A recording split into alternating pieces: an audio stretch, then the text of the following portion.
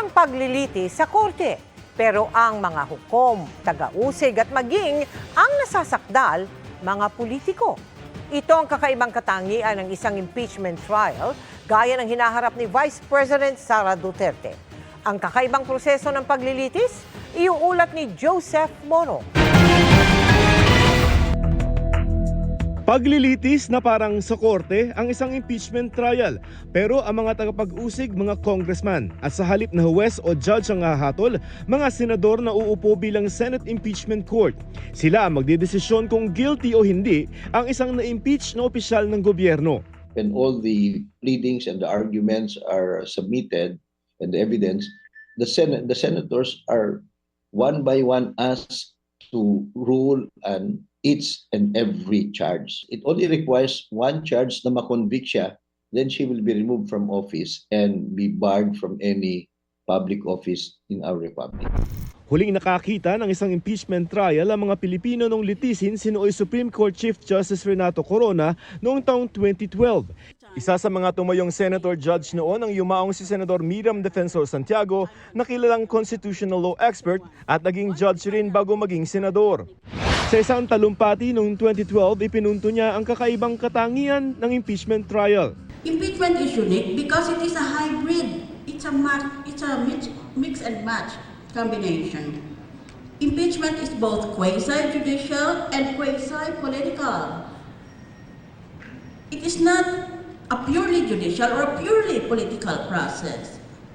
So it's very, very unique and very few people are familiar with its goals and its purposes.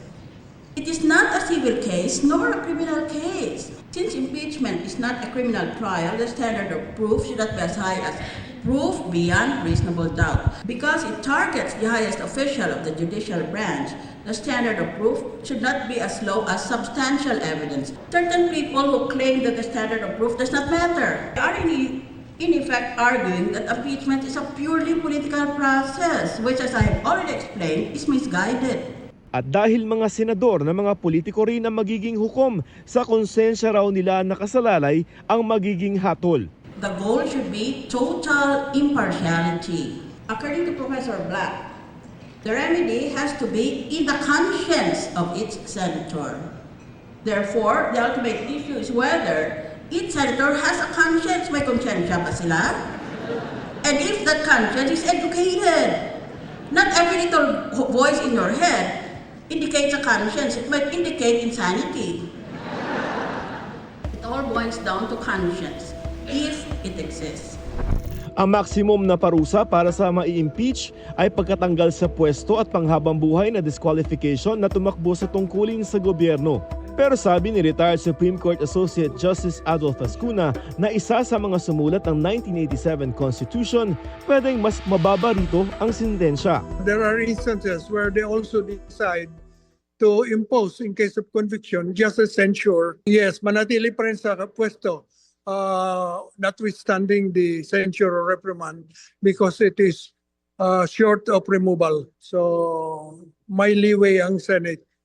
In case of conviction, Dagdag naman ni dating Integrated Bar of the Philippines o IBP President Domingo Cayosa, pwede pa ring sampahan ng mga kasong kriminal ang na-impeach na opisyal pagkatapos ng paglilitis. If a high government official is impeached and removed from office, it does not preclude the filing of criminal charges against that public official after the impeachment. Sabi ni Santiago, ang hatol ng impeachment court hindi pwedeng reviewin kahit ng Korte Suprema. Courts have no jurisdiction over the impeachment process. Congress has final responsibility for impeachment because it has the responsibility to preserve the forms and precepts of our Constitution. It is not sensible to allow the Supreme Court to review the final decision of the Senate as an impeachment case. Magkaiba naman ang pananaw ng mga legal expert na nakausap namin kung pwedeng ipardon ng Pangulo ang na-impeach na opisyal. I believe the President has the pardoning power to, in case of, even in case of impeachment. The Constitution is silent on that. I don't think the President can reinstate an official that has been removed by impeachment. Baka hindi pwede.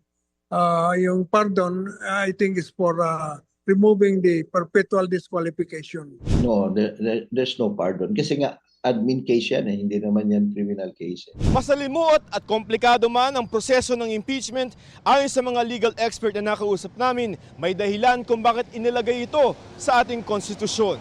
This is a provision or a remedy for accountability. Diba? So we should not forget that this is not a provision in the politics of governance. It is about accountability of high public official. Kaya nga dapat mas mabilis, mas expedient. Public officials are accountable at all times. At all times, it should not be interrupted simply because a new Congress is coming in. Because of the principle should be accountability. Opo. And accountability remains at all times. So pag naumpisahan na yan, dapat tuloy. Para sa GMA Integrated News, Joseph Morong, Nakatutok 24 Oras.